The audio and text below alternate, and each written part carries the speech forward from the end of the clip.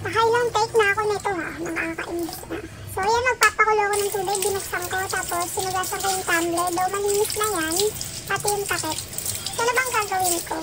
Gagawa ko ng, calamansi juice with luya.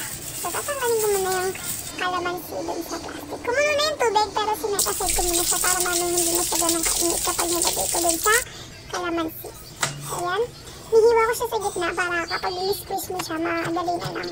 Kailangan yung parang yung baba niya, tsaka yung parang tangkay. Ayan, nasa gitna nandun kayo hiwa.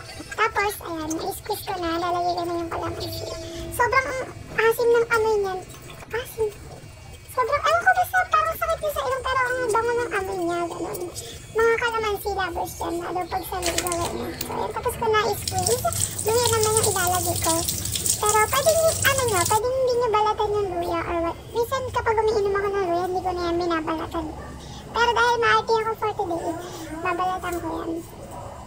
Ayan. Pero kung hindi nyo siya babalatan, dapat make sure na super yung pagkudkod nyo rin sa luya. Ayan. So, ayan.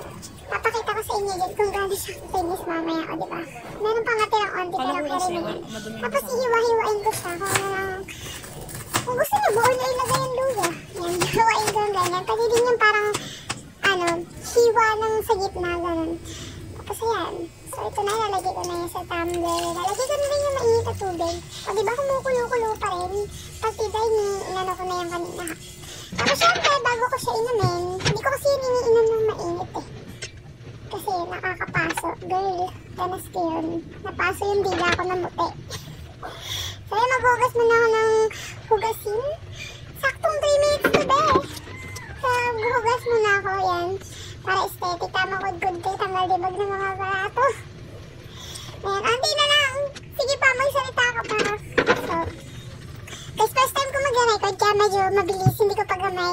Nakailang take na rin ako sa pag-voice record na itong video na to.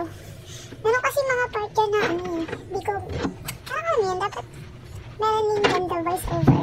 Na-inspire na ako sa mga napapanood sa Facebook and sa TikTok ka na. Kasi yan, pagkahugas na yan, nalagyan na natin sa papayuas.